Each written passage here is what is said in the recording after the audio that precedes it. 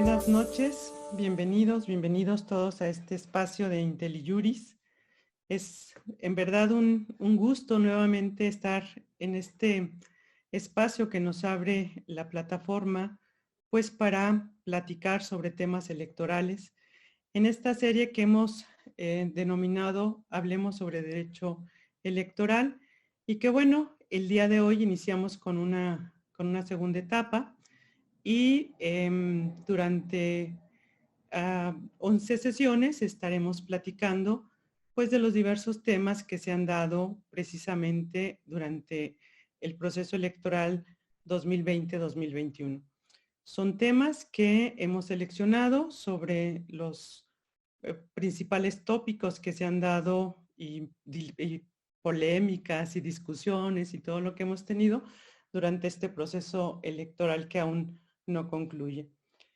Y bueno, pues como todos ustedes ya que nos han estado siguiendo, está en la conducción tanto la maestra Nadia Choreño, que también le doy la bienvenida. Ella estará también conduciendo algunas de las sesiones y aprovecho para saludarla.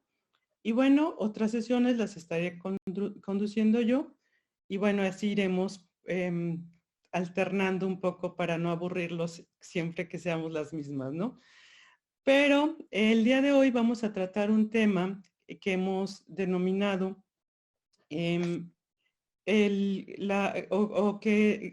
la idea del día de hoy es platicarles cómo o qué ocasiona o qué consecuencias acarrea cuando los actores políticos, los partidos políticos, los candidatos incumplen con sus obligaciones de fiscalización. Porque el tema de fiscalización tiene una especial relevancia, ya nos lo platicarán nuestra invitada y nuestro invitado el día de hoy. Sobre todo, ¿por qué? Porque el dilema que se han enfrentado la autoridad electoral es cómo evitar que el poder del dinero sea el que influya en un resultado electoral. Pero de estas reglas y todo lo que se ha dado para lograr que efectivamente no haya ningún uso de recurso ilícito, que no haya ningún rebase de topes de gastos de campaña y que estas dos finalidades se logren, o sea, que el dinero sea lícito y que no haya un rebase de topes de gastos de campaña. Para todo esto que vamos a platicar el día de hoy, pues tenemos como invitados, y aprovecho para darles la bienvenida y agradecerles que estén el día de hoy con nosotros, a el licenciado y maestro Armando Maitrez Hernández. Ahorita daré una breve semblanza de su trayectoria. Muchísimas gracias, magistrado, por estar el día de hoy con nosotros. Gracias. Y bueno, también nos acompaña la maestra Erika Estrada. Ella actualmente es consejera electoral en el Instituto Electoral de la Ciudad de México. Y bueno, también me permitiré en breve dar su semblanza.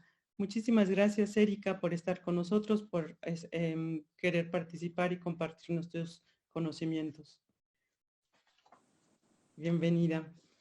Bueno, pues voy a iniciar con la semblanza del magistrado Armando Maitrez Hernández.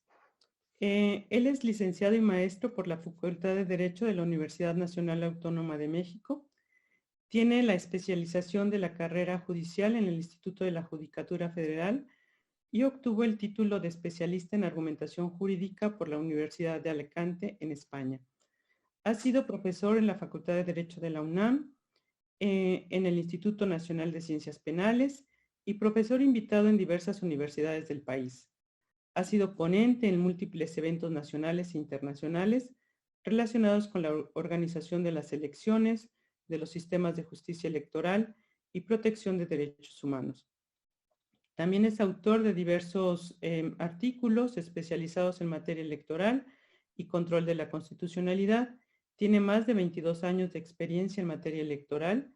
Fue magistrado en el Tribunal Electoral del Distrito Federal y presidente de la Sala Regional en la Ciudad de México del Tribunal Electoral del Poder Judicial de la Federación. Actualmente es magistrado de circuito y secretario ejecutivo de la Asociación Mexicana de Impartidores de Justicia. Bienvenido, magistrado, y un gusto, en verdad, contar con su presencia. Muchas gracias, Rosa María. Y también nos acompaña el día de hoy la licenciada la maestra Erika Estrada Ruiz. Ella es licenciada en Derecho por la Facultad de Derecho, también de la Universidad Nacional Autónoma de México, especialista en materia civil y maestra en Derecho por el posgrado de la Facultad de Derecho de la misma universidad.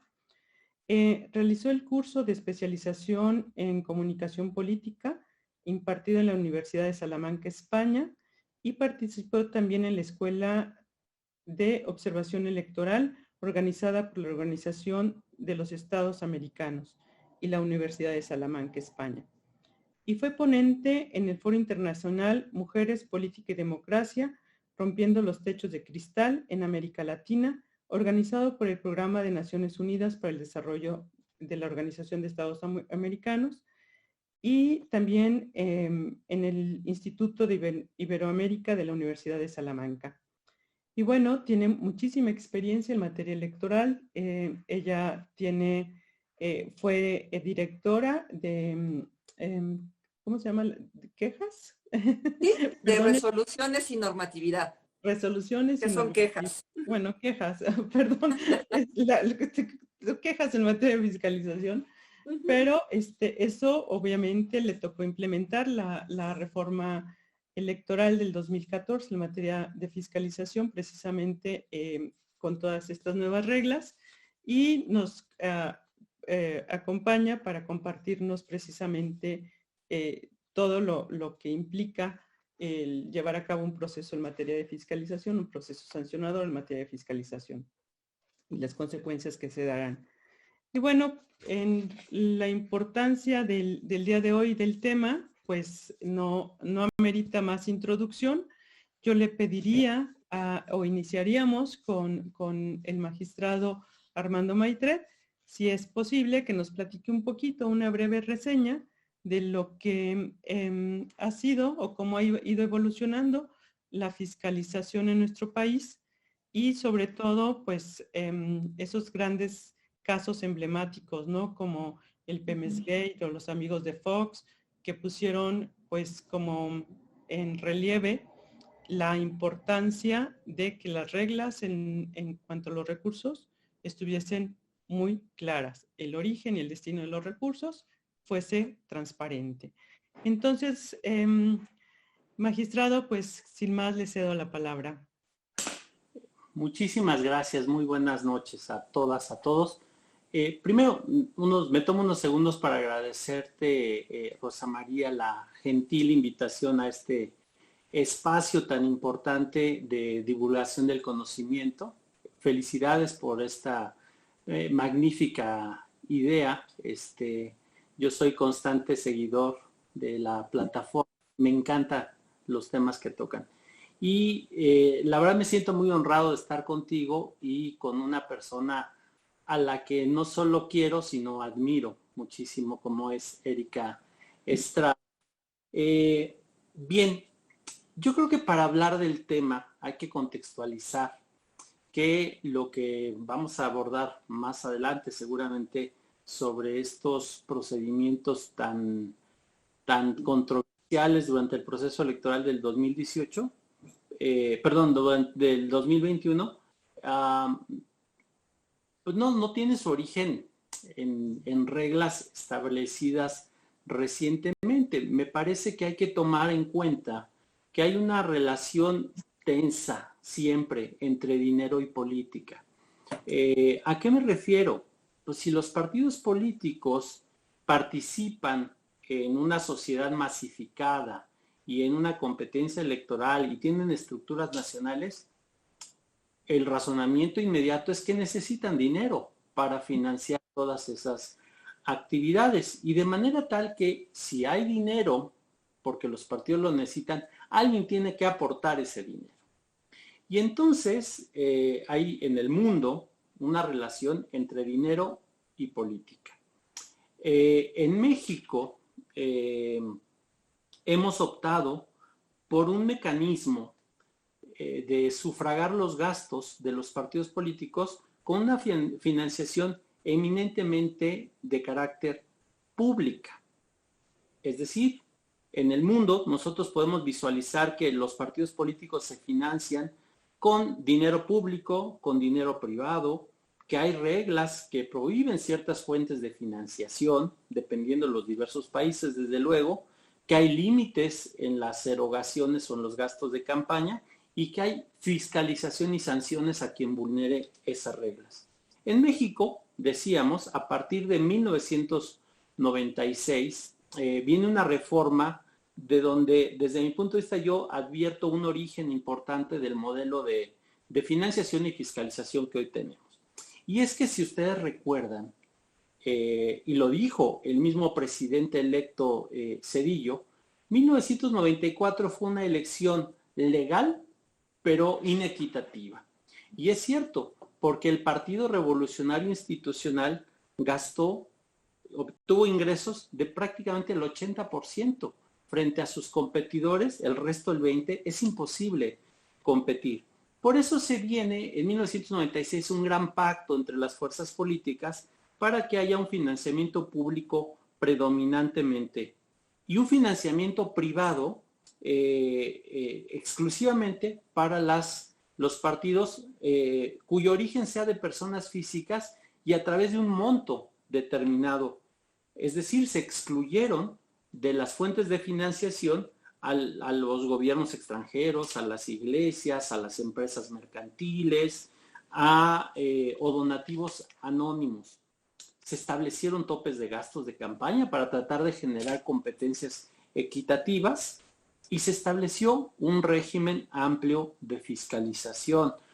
La autoridad electoral, el IFE, empezó a revisar los gastos ordinarios de los partidos políticos, los gastos de campaña y los gastos en actividades específicas. ¿Con qué objetivo?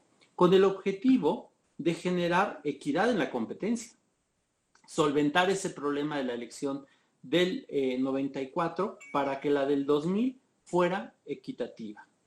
También se pretendió generar independencia y autonomía de los partidos políticos frente a fuerzas o grupos de poder económico. Es decir, lo que tanto ha dicho el presidente, la separación entre política y poder económico, que es fundamental, porque a final de cuentas nosotros vemos si en algunos modelos donde las empresas mercantiles financian a la política, piden a cambio, cuando se ejerce el gobierno, el pago de esos favores. Y un siguiente objetivo de esta reforma del 96 fue establecer una transparencia en las finanzas, en la competencia. De manera tal que se creó una comisión de fiscalización en el IFE que tenía atribuciones reglamentarias, de vigilancia, para requerir informes a las organizaciones políticas y de auditoría y de visita de verificación. Además, podía iniciar procedimientos sancionadores de oficio. Y también los partidos políticos podían presentar quejas. Entonces, México, y eso creo que es importante tomarlo en consideración, empieza a generar un robusto mecanismo normativo para controlar los ingresos y los gastos de los partidos políticos. Sin embargo, y esto creo que hay que ponerlo así, sin embargo, el punto de partida siempre fue lo que los partidos políticos informaban. Y el instituto desplegaba las atribuciones legales que tenía. Pero esto no impidió, y gracias por recordar esos dos casos, Rosa María, emblemáticos de la fiscalización, no impidió que los partidos políticos buscaran mecanismos alternos de financiación. Y son los casos a los que tú te referiste. En la elección presidencial del 2000, tanto el PRI como la coalición integrada por el PAN y el Verde, la Alianza por el Cambio, establecieron un mecanismo paralelo de financiación, un mecanismo ilícito, Pues el PRI se financió en aproximadamente 500 millones de pesos transferidos del sindicato de Pemex al Partido Revolucionario Institucional, específicamente para destinarse en la campaña del candidato de este partido.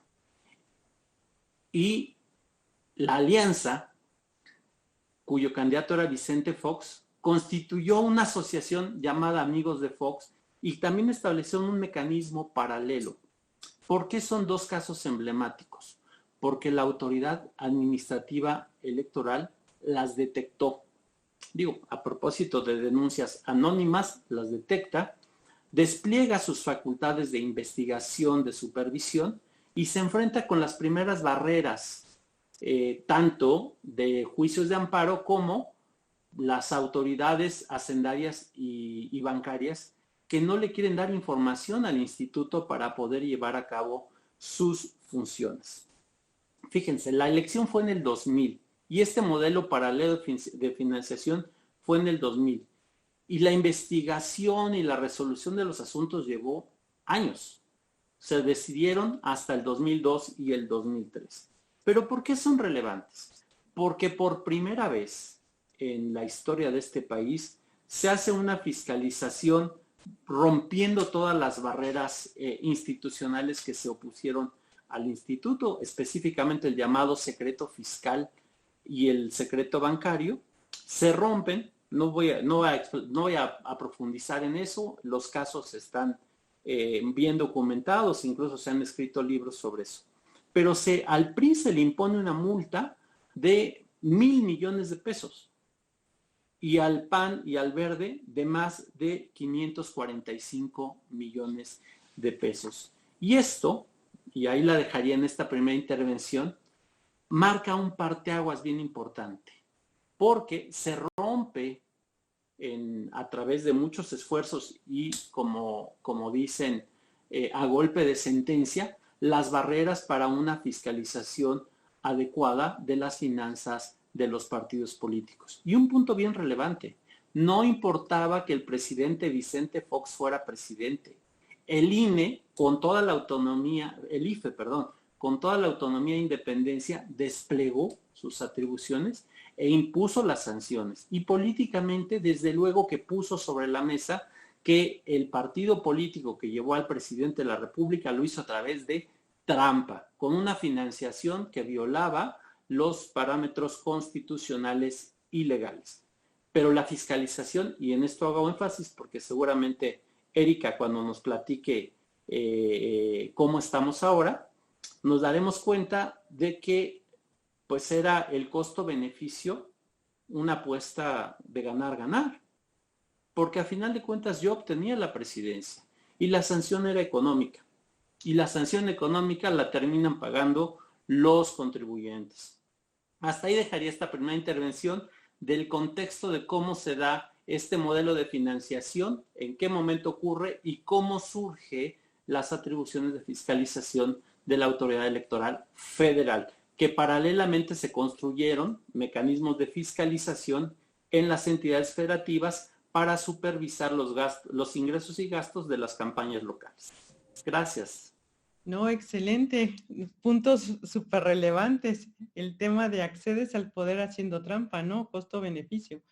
Y eso es uno de los temas que creo que con lo que ha sucedido en este proceso electoral, bueno, desde el 15 y el 18, ya con sanciones ejemplares, ¿no? Que se han dado para inhibir este tipo de conductas. Pero bueno, para esto tenemos a la maestra Erika Estrada, que nos platicará un poco sobre el tema de qué mecanismos se introdujeron en la reforma del 2014, precisamente para levantar estas barreras que ya que está comentando el magistrado, estas barreras que se estuvieron pues dando para que no se diera una fiscalización como la tenemos actualmente. Pero también, Erika, y me gustaría que también abordaras el tema, lo problemático que se ha convertido para la autoridad electoral en tan breve plazo y es una de las reflexiones que acaba de decir ahorita el magistrado, en los amigos de Fox y en Pemex Gay tardaron 2, 3 años la investigación, una investigación exhaustiva, y ahora le piden al INE que lo haga, pues no sé, en 45 días, ¿no? Una cosa más o menos, tú nos darás más la aproximación de las fechas, pero es más o menos por ahí. Entonces, pues Erika, adelante, platícanos qué pasa ahora después de la reforma del 2014. Muchísimas gracias por esta invitación, agradecerte a ti, maestra Rosa María Cano, a la maestra Nadia Choreño, y un honor para mí y un placer de todo corazón compartir con el magistrado Armando Maitret. De sobra decir el respeto, el cariño, admiración y el gran amor que le tengo a Armando Maitret, que tengo el honor de su amistad, pero además el honor de haber sido formada por él, ¿no? De haber pertenecido a su equipo de trabajo. Entonces, ¿qué te digo, no? Más que honrada el día de hoy. Y quisiera retomar y quedarme, ¿no? Donde él se queda, en esta evolución que ha tenido el modelo de fiscalización de nuestro país. Ya narraba el magistrado Maitret cómo venimos de un modelo que empezó exigiendo la rendición de cuentas con la presentación de informes a los partidos políticos, toda vez que recibían financiamiento público, un financiamiento público que también será debatible o no, si es o no mucho en comparación con el resto del mundo o si vamos por buen camino, pero también tienen financiamiento privado. Y es un modelo que ha permitido que los partidos políticos y las candidaturas accedan a recurso tanto público y privado, y eso es precisamente lo que la autoridad ha buscado fiscalizar. El IFE, el entonces IFE, empezó a dar pasos a esa formalización de la rendición de cuentas de los partidos políticos en su momento, exigiendo esa presentación de informes en físico. Ya hablábamos de los antecedentes de amigos de Fox y Pemex Gay, que son el parteaguas, podríamos decirlo, casos emblemáticos de la fiscalización, en donde se pudo acceder a información fiscal, información bancaria que no tenía la autoridad electoral, pero que era indispensable para llevar a buen puerto estas investigaciones. Después vino la reforma 2007. ¿Y por qué me detengo en la reforma 2007? Porque es el primer viraje que le damos al modelo de fiscalización, superando estos secretos, el bancario, el fiduciario y fiscal. Se da toda la oportunidad al Instituto Federal Electoral para que pueda acudir, tocar la puerta de estas autoridades y sin restricciones obtener toda la información, tanto para las investigaciones como para las labores de auditoría que se realizan desde el instituto. Crea una comisión, en ese entonces más bien da un paso atrás y ya no tenemos la comisión de fiscalización, pero se crea la unidad de fiscalización, una unidad de fiscalización que busca profesionalizar el trabajo de la autoridad electoral, crear un órgano, digamos, independiente de las comisiones que teníamos dentro del Instituto Federal Electoral y darle autonomía técnica y autonomía de gestión a esa unidad técnica de fiscalización, quienes realizaban ese trabajo técnico de 2007 a 2014 sin pasar por un colegiado como es una comisión y subían directamente al Consejo General los proyectos. Es un modelo que estuvo operando 7 años prácticamente, pero ustedes recordarán que 2012, esa elección presidencial, también volvió a poner a la fiscalización en el ojo del huracán, volvió a poner a la fiscalización como parte de la discusión en las mesas en las que se estaba hablando de los triunfos electorales. ¿Por qué? Ahí recordarán que tuvimos como candidatos a Enrique Peña Nieto y Andrés Manuel López Obrador, nuestro actual presidente de la República. Y gran parte de los cuestionamientos que se dieron al triunfo es que Enrique Peña Nieto había gastado mucho más de lo que había hecho Andrés Manuel López Obrador. Esas eran las acusaciones que en aquel entonces se hicieron al trabajo de fiscalización, y lo que se detectó es una gran cantidad de propaganda que en aquel entonces teníamos en las calles. No existían las redes sociales como lo tenemos ahora, ni esa proliferación que vemos en cada una de ellas, pero sí teníamos todas las calles de nuestro querido país repletas de propaganda. En aquel entonces el modelo permitía cierta discrecionalidad y que fueran los partidos políticos quienes decidieran.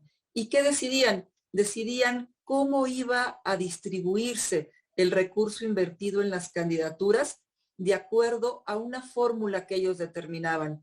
El 50% se distribuía de forma igualitaria entre los candidatos, pero el otro 50% el partido político lo decidía, de tal manera que podíamos ver grandes espectaculares donde se encontraba Enrique Peña Nieto y que no le fuera atribuida a su candidatura el total de ese espectacular, sino un monto menor.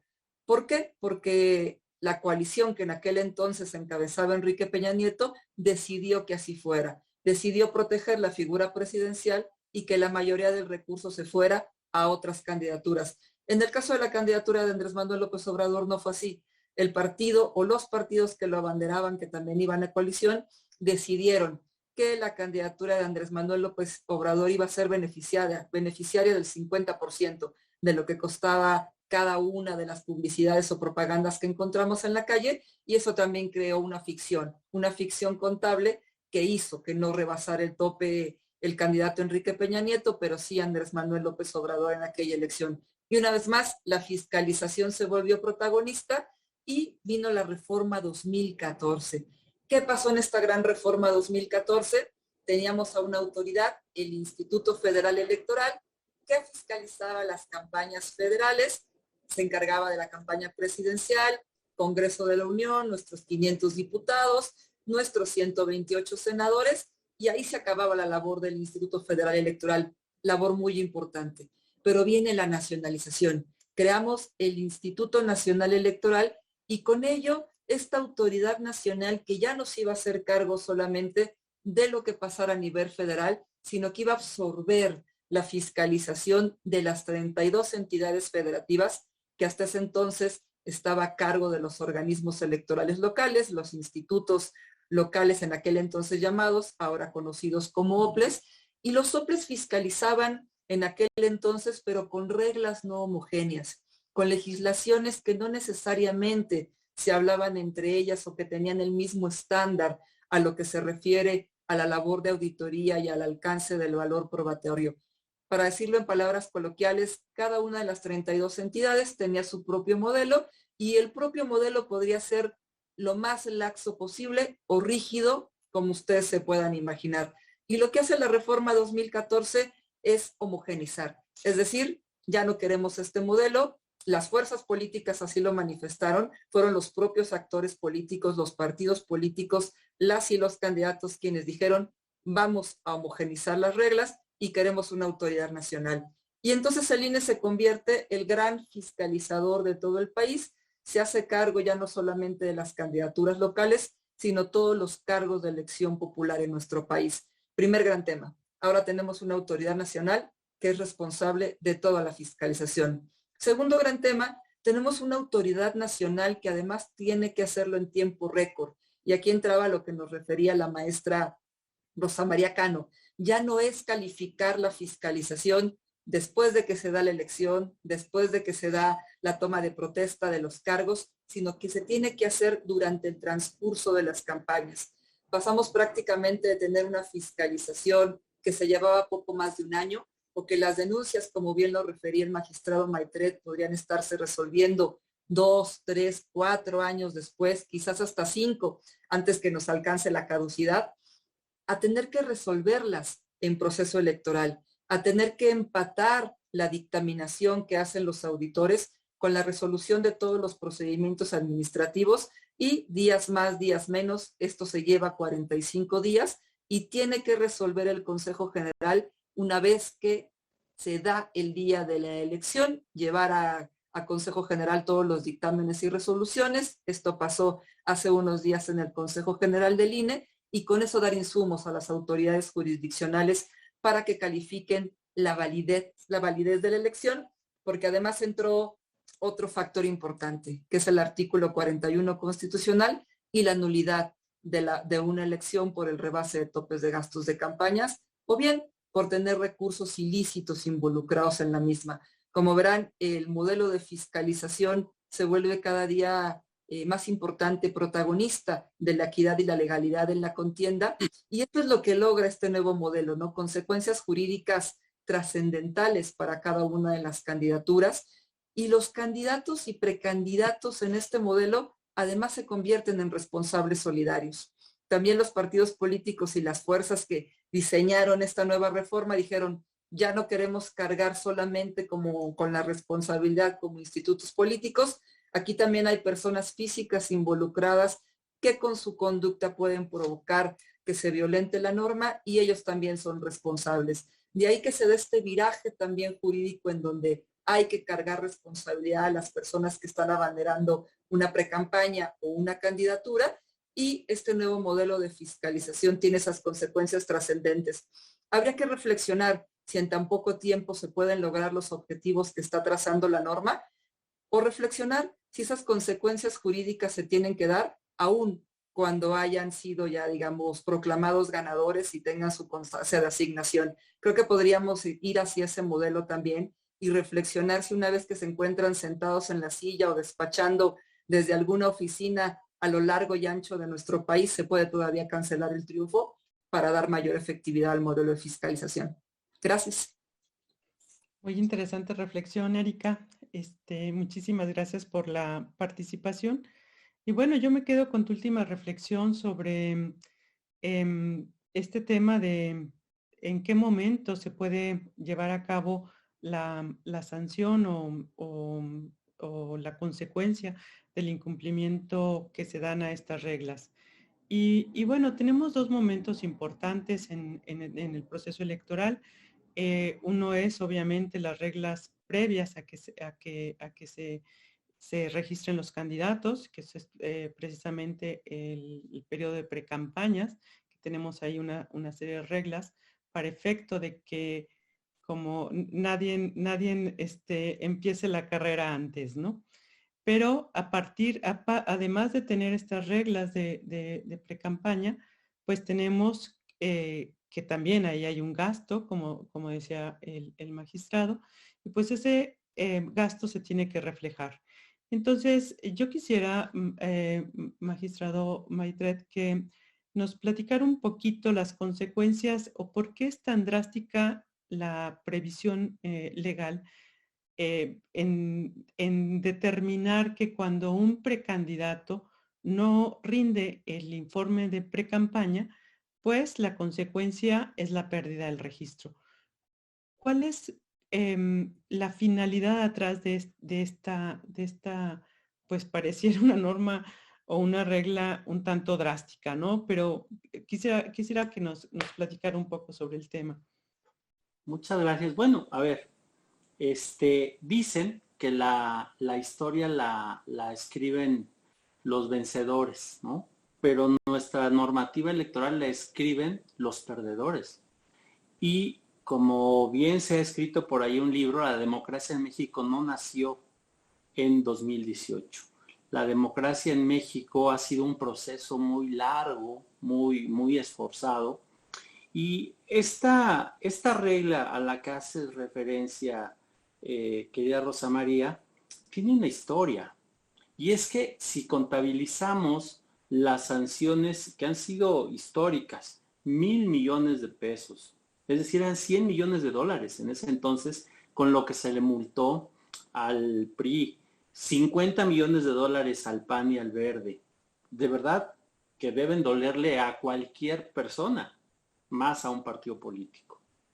Pero pareciera que esto no es suficiente porque, insisto, el costo económico de una multa lo asumen los contribuyentes. Pues tú y yo y todas las personas, incluidas las personas que incluso no son por nuestras normativas ciudadanas, los extranjeros que pagan impuestos pero que no pueden votar. Bueno, ese es otro tema. Vamos a ver. Entonces, no fue suficiente la imposición de sanciones para que las irregularidades se fueran, digamos, achicando. Entonces, la reforma constitucional del 2014, y esto lo dije en mi comparecencia ante la Suprema Corte de Justicia de la Nación, en el proceso para la designación de magistraturas electorales en la Sala Superior, esta reforma agravó las sanciones. Ya no solo podían ser motivo de sanciones económicas. Dimos un brinco hacia las sanciones con consecuencias electorales.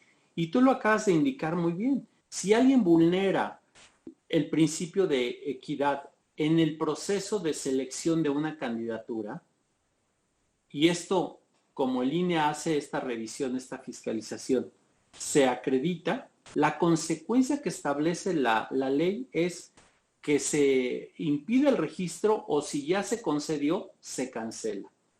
Insisto, trascendemos al ámbito electoral.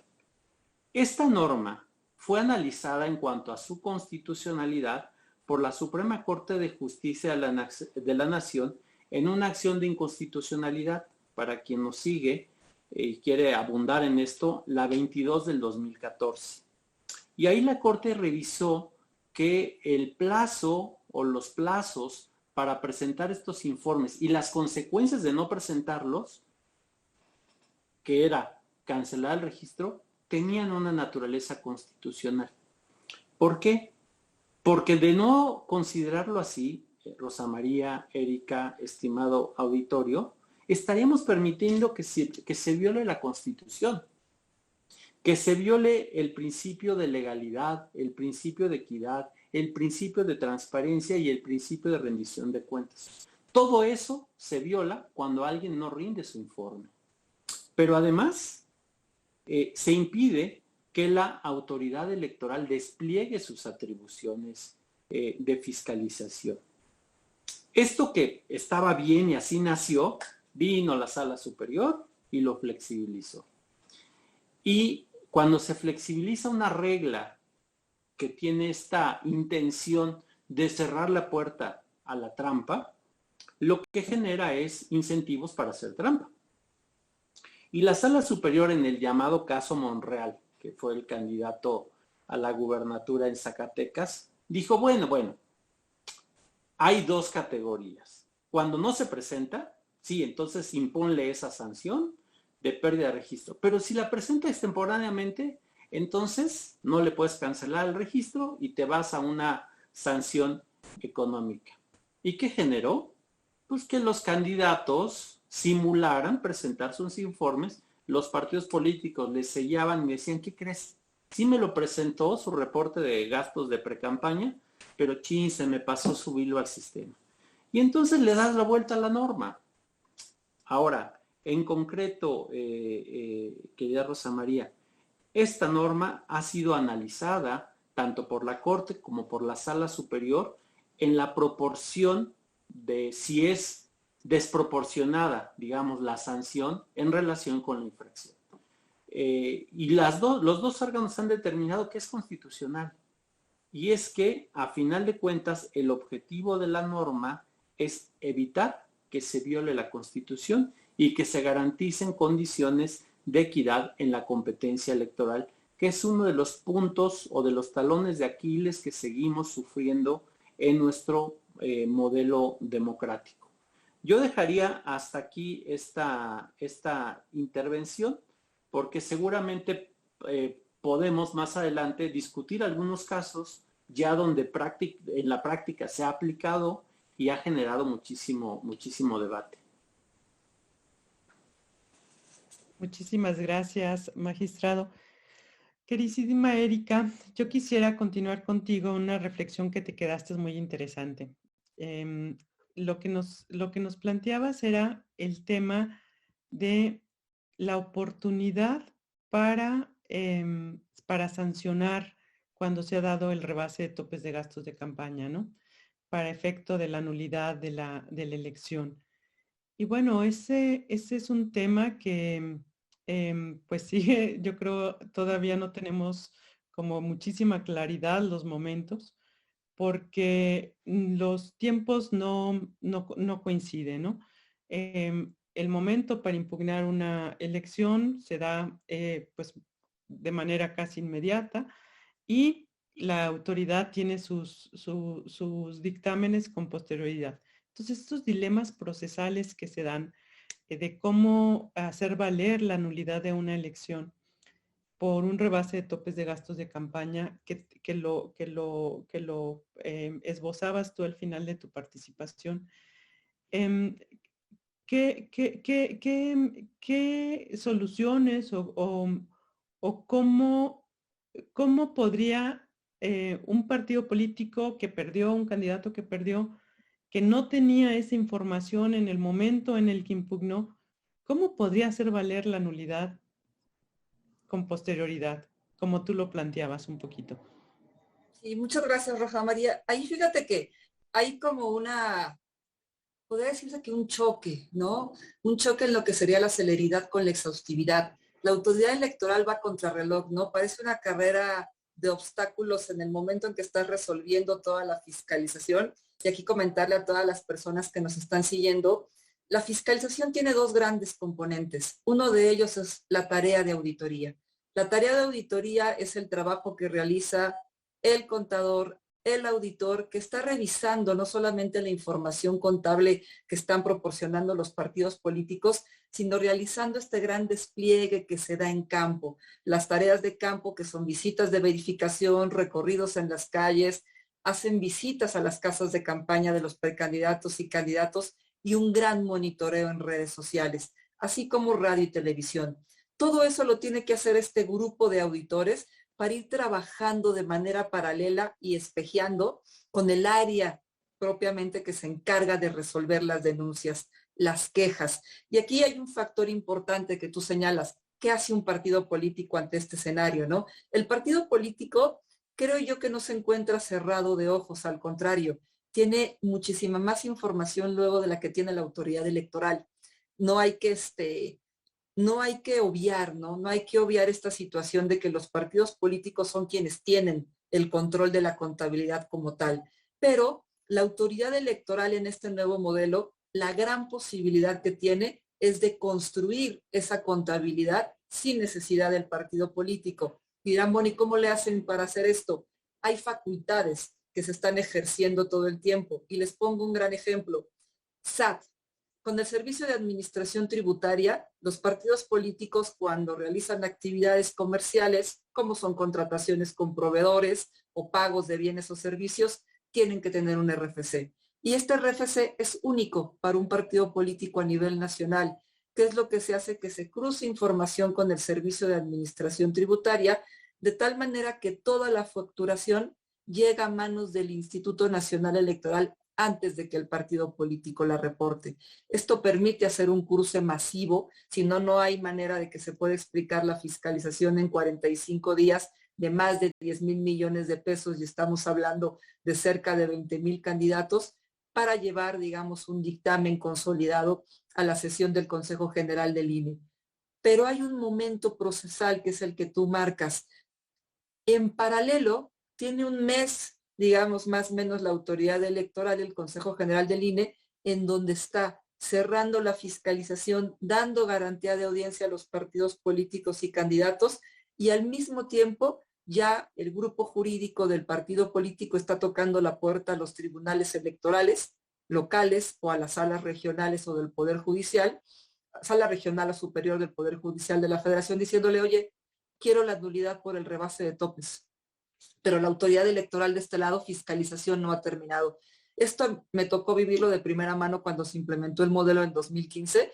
Yo estaba apenas revisando, ahora sí que cuentas y cuentas de los partidos, cuando ya tenía todos los tribunales del país tocándome la puerta, ¿no? Y diciéndome, oye, ¿qué pasó? Ya quiero que me digas si rebasó o no rebasó, porque yo tengo que calificar la elección y tengo formados distintos juicios para poder resolver la nulidad. Sí es un momento complicado, ahí no ha terminado la fiscalización y por eso dejaba en el tintero esta reflexión, ¿no? Esta reflexión de, aun cuando resuelvan, digamos, esta parte de las nulidades, que la fiscalización pudiera tener un segundo momento para que el efecto que tuviera en una candidatura sí pudiera quitar triunfos una vez que se ha dado, digamos, la calificación de una elección como tal.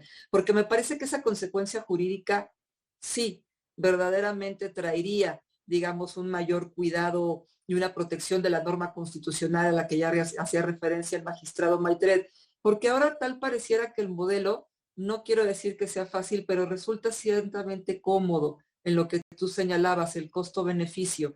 Muchas veces es preferible pagar la multa a obedecer, digamos, lo que dice la norma. Y ese es el cálculo político que están haciendo todo el tiempo, ¿no? Ellos, los partidos políticos y las candidaturas van midiendo cuánto van reportando a la autoridad electoral, qué cerquita ya me estoy quedando del rebase de topes, puedo tener un colchón que me dé cierta tranquilidad y voy viendo qué me va encontrando la autoridad electoral para ir reportando.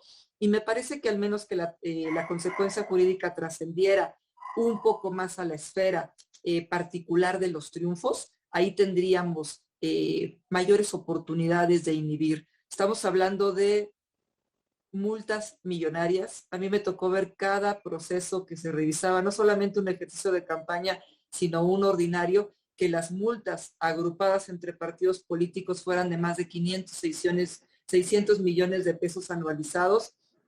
Llegó un momento que los propios partidos políticos llegaron a tocar la puerta y a decir, cóbrame, pero cóbrame de a poquito, por favor, vémelas difiriendo más años. Total que tenemos partidos que deben multas de aquí a los próximos 10 años, pero sigue siendo financiamiento público que les va cayendo constante y sonante cada mes y van haciendo el cálculo político. Y quisiera referirme nada más para ya no robar más tiempo a esta última reflexión que hacía el magistrado Maitret, cómo estas consecuencias jurídicas que vienen construyéndose y tejiéndose en un modelo de fiscalización han sido flexibilizadas en algún momento, y él hablaba del caso Monreal. La regla que se aplica ahora en los casos de Salgado Macedonio, por ejemplo, en Michoacán, o en Guerrero, que también se aplicó para el caso de Raúl Morón, no es una regla nueva. Es una regla que venimos arrastrando desde el COFIPE, cuando el modelo era federal. En 2015 se aplicó también por el Instituto Nacional Electoral, siguiendo la literalidad de la norma, el artículo 229, que habla de una consecuencia jurídica, de una consecuencia que al menos desde mi punto de vista es el cumplimiento de un requisito. Y el cumplimiento del requisito es, tú, señor precandidato, que estás dentro de un proceso de selección interna de tu partido político. Esto es, dentro de la fuerza política que quieres que te abandere, estás levantando la mano para decir, oye, yo quiero ser candidata o candidata, candidato o candidato, tómame en cuenta partido político. Estás jugando ya dentro del juego democrático, y ese juego democrático tiene reglas. Y la regla dice que si juegas a eso y eres un precandidato o precandidata, estás obligado a presentar un informe. Si no lo presentas, la consecuencia es que no pasas a la siguiente etapa. La siguiente etapa es la obtención de la candidatura, si es que todavía no la tienes, o la cancelación de la misma, si es que ya se hizo el registro. Entonces me parece importante señalarlo porque el INE ha sido consistente en cuanto al criterio de que esa es la consecuencia jurídica por la omisión en el cumplimiento de una norma trascendental, porque estás eludiendo el cumplimiento del modelo constitucional que nos dimos de financiamiento y fiscalización, estás violentando el modelo de transparencia que también nos dimos, pero además ese financiamiento que es detectado por la autoridad electoral en ejercicio de sus facultades, no sabemos de dónde vino. Al día de hoy ese financiamiento podrían ser pesos en miles, por ahí hablaban de 11,000 para una candidatura, 20,000 para la otra. Al día de hoy la autoridad electoral no sabe cómo llegó al partido político, a la candidatura. Lo único que sabemos es que no se presentó el informe, que constantemente los actores políticos negaron la conducta y negaron incluso la calidad de precandidato, como si fuera un ejercicio de autoadscripción o autodefinición, y no que cayeran en la hipótesis normativa que ya está definida. Hasta aquí me quedaría. Muchas gracias. Gracias, Erika. Pues este planteamiento final de la maestra Erika, magistrado Armando Maitret, sobre lo que sucedió precisamente en los casos de Guerrero y de Michoacán, yo quisiera que reflexionáramos sobre el origen de esta conducta, porque no solamente se dio en estos dos, en Guerrero y en Michoacán, fue propiciado por la forma en que el partido político llevó a cabo la selección de sus precandidatos. Desde el momento en que se habló de que no había precandidatura, que no había precampaña, perdón, y eso es un poco el tema, estos dos los detecte el INE y se da la consecuencia. Pero ¿No sería importante también no solamente quitarle, obviamente, la candidatura, pero qué podríamos hacer para evitar precisamente estas trampas o esta forma de eludir la obligación que se tiene precisamente pues de que todos inicien al mismo momento y que la regla de la precampaña se respete? Em, me gustaría escuchar su reflexión sobre este proceso que hizo este partido político para, como diríamos, irse por la tangente y no tener pues las reglas de precampaña aplicables a sus precandidatos, ¿no? Yo creo que México, y más bien, no México, la clase política en México se inserta dentro de esas clases políticas vergonzosas en el mundo, donde ponen reglas aparentemente de avanzada, pero son los primeros en que buscan la forma de eludirlos. Y puede ser de izquierda, de derecha, de centro, de arriba, de abajo, todos han caído en ese supuesto. Y este partido y este proceso electoral al que te refieres, justamente nos arroja a la cara cómo las malas prácticas vienen arraigadas en la clase política.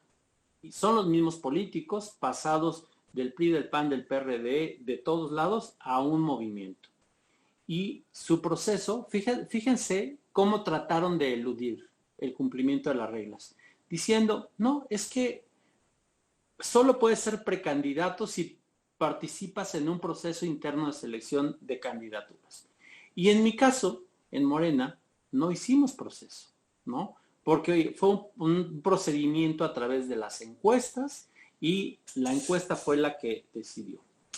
Pero ¿qué pasaba en los hechos? A final de cuentas hubo, y es de lo que se trata esto, estas reglas o el cumplimiento de estas reglas, que nadie saque ventaja y en el caso, hoy día, desde luego, tienen la posibilidad en los procesos internos de acceder a medios electrónicos de comunicación a través del pautado que el INE les asigna a cada uno de los partidos, pero también, y las redes sociales aquí han irrumpido las nuevas formas de hacer política, más que a través de los mecanismos impresos, más que a través del volanteo o de los espectaculares o publicidad fija.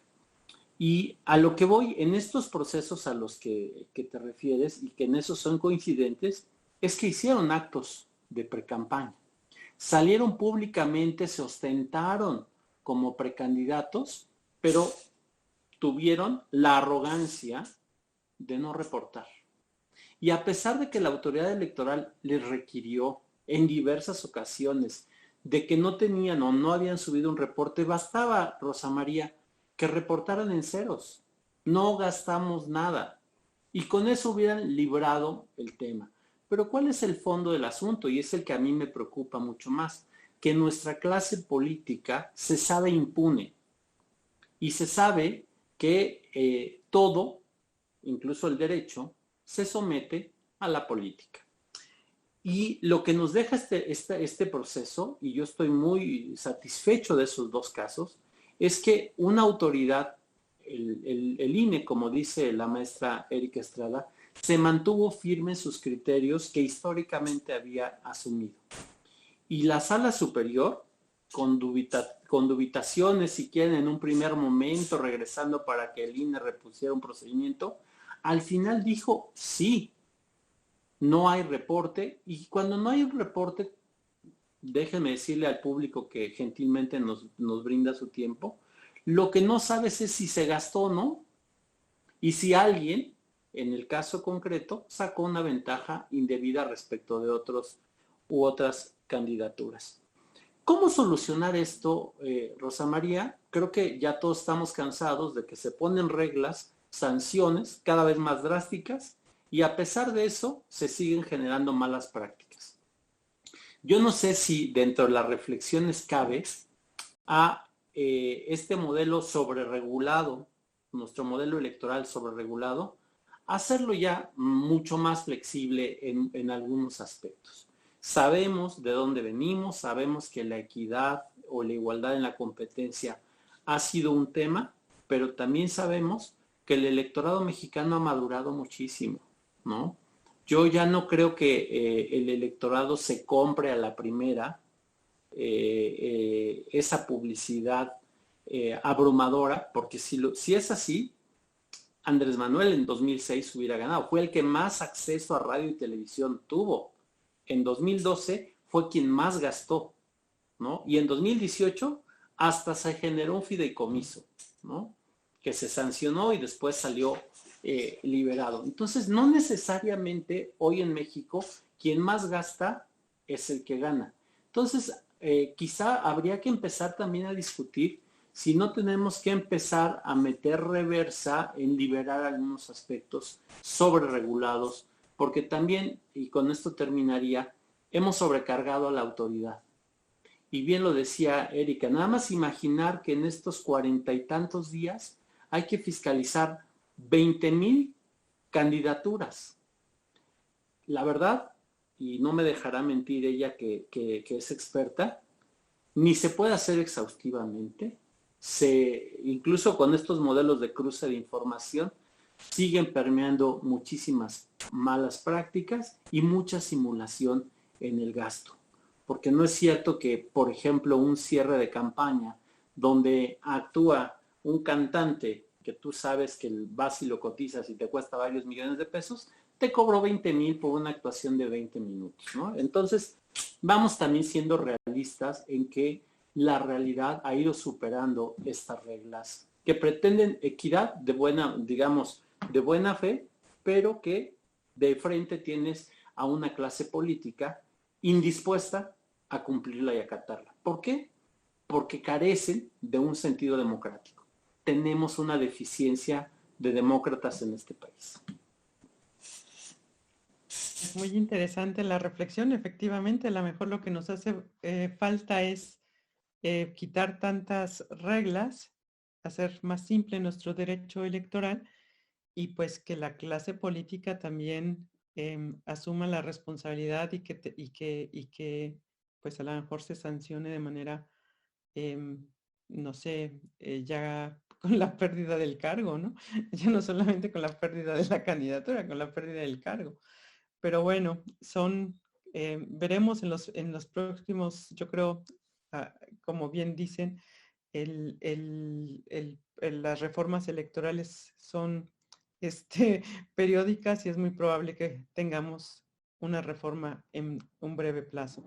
Pero tengo varias preguntas del auditorio, Erika, que me gustaría hacerte por ahí algunas. Las voy a distribuir, ¿eh? No creas que todas te las voy a dar a ti.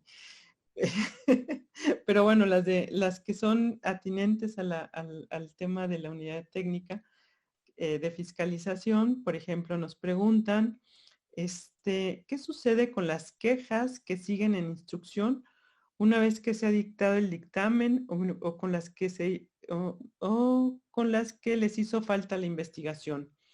Esta es una pregunta y otra también muy, muy puntual es, ¿en dónde se publican los resultados finales de fiscalización?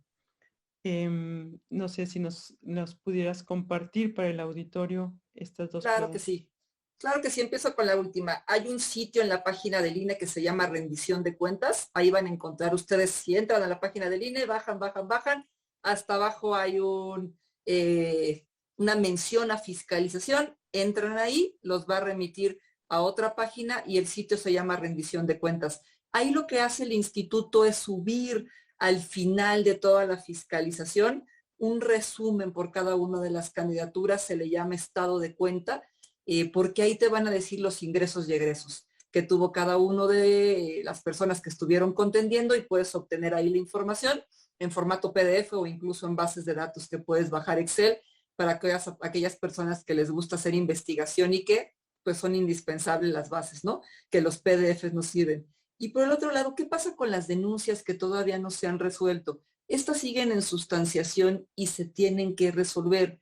Lo que sucede es que las mismas ya no tienen este plazo fatal para subir junto con el dictamen. Y este plazo fatal me refiero a él porque lo puso también el Tribunal Electoral del Poder Judicial de la Federación.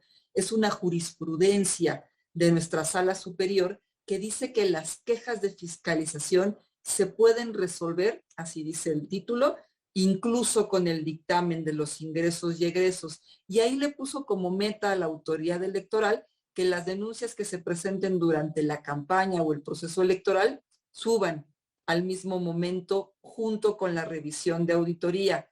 Se hizo una adecuación en aquel entonces al reglamento de fiscalización y se propuso un tiempo límite para al menos poder llevar a cabo las etapas procesales necesarias de cualquier sustanciación de un procedimiento, como son el emplazamiento, ¿no?, a la persona denunciada o una investigación mínima. Y lo que se dijo es que se iban a resolver todas aquellas denuncias que al menos fueran presentadas 15 días antes de que la autoridad electoral estuviera obligada a sesionar en Consejo General del INE. ¿Qué es lo que sucede? Y también viene aquí a colación lo que decía el magistrado Maitret. Nuestra clase política se aguanta hasta el último momento. Aun cuando tenga elementos para ir construyendo las denuncias e ir presentándolas a la autoridad electoral, y lo quiero decir con toda responsabilidad, siempre hay como un momento final en donde valoran cuáles van a impugnar, cuáles no van a impugnar, cuáles ameritan, de acuerdo a la diferencia entre el primero y segundo lugar, seguir por la batalla jurídica, la batalla jurisdiccional, cuáles de ellas todavía van a combatir en materia de fiscalización. Y es evidente por toda la estadística que se tiene que el mayor cúmulo de denuncias en materia de fiscalización llega prácticamente después de la jornada electoral. Se da la jornada electoral, los partidos políticos ya tienen un acercamiento al resultado y ahí es donde presentan las denuncias. Entonces esto te habla, ¿no?, de la cultura política que tenemos y de la denuncia como tal, y ahí están buscando ya revertir un resultado, digamos, a contrarreloj, de tal manera que son quejas, y aquí también voy a coincidir con el magistrado Maitret, que desafortunadamente se alcanzan a desahogar, pero hay cosas que se quedan en el camino.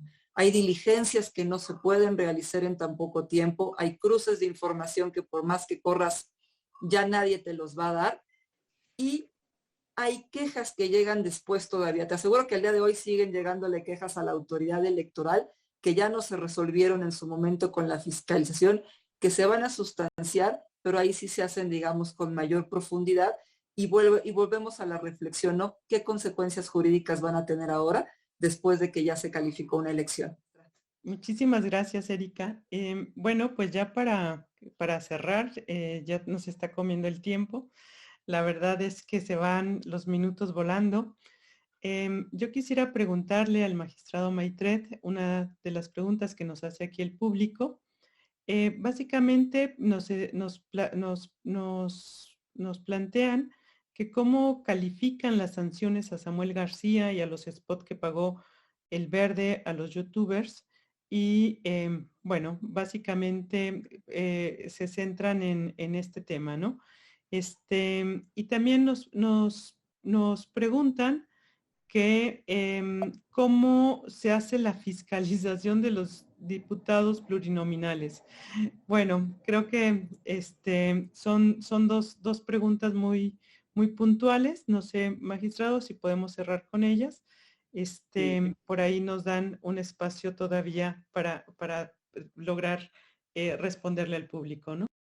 Gracias, trataré de ser muy breve. Y es que la verdad, a mí me gusta mucho el paso que ha dado el Instituto Nacional Electoral al ponerle precio a esta intervención de los youtubers y de estos influencers que inciden desde luego en los procesos electorales y que además tienen un costo. Finalmente se registran como una marca con un nombre comercial, reciben ingresos de esa actividad. No debemos confundirnos en el caso de Samuel García y su esposa. No es un tema de donación de una esposa a otro, de un apoyo de ciudadana a ciudadano. Es digamos, y está por resolverse, desde luego, la impugnación. Pero yo coincido con el criterio del instituto. ¿Y por qué coincido? Porque solo pongo un ejemplo desde hace muchos años hubo una nulidad de la elección por rebase de topes de gastos de campaña, donde el candidato Demetrio Sodi aparentemente le hicieron una entrevista espontánea durante un partido de fútbol, una transmisión en vivo durante un partido de fútbol. Y entonces el periodista le dice, miren, andando aquí por el Palomar, en el estadio de CU, nos encontramos a Demetrio Sodi. Oiga, ¿qué va a hacer usted si gana la jefatura delegacional en Miguel Hidalgo? ¿Cómo va a apoyar al deporte? Etcétera, etcétera. Y resulta que, a final de cuentas, esa entrevista estaba pactada. Y la autoridad electoral en ese entonces le puso un costo. La autoridad jurisdiccional dijo que sí era propaganda electoral, pero sin costo. El paso relevante que estamos dando hoy día con estos casos a los que te refieres o a los que se refiere la persona que nos hace la pregunta es que esos impactos mediáticos que hoy tienen, desde mi punto de vista, mucho más, valga la redundancia, mucho más impacto en las voluntades que es a través de las redes sociales, tienen un costo, cobran por ese servicio, venden esos productos. Y la política termina siendo hoy día un producto. ¿Y cómo se fiscalizan las campañas de diputaciones? Ciertamente los diputados de representación, las diputaciones de representación proporcional en teoría no hacen campaña, pero los partidos políticos tienen, digamos, la obligación de generar todo un esquema de fiscalización completo.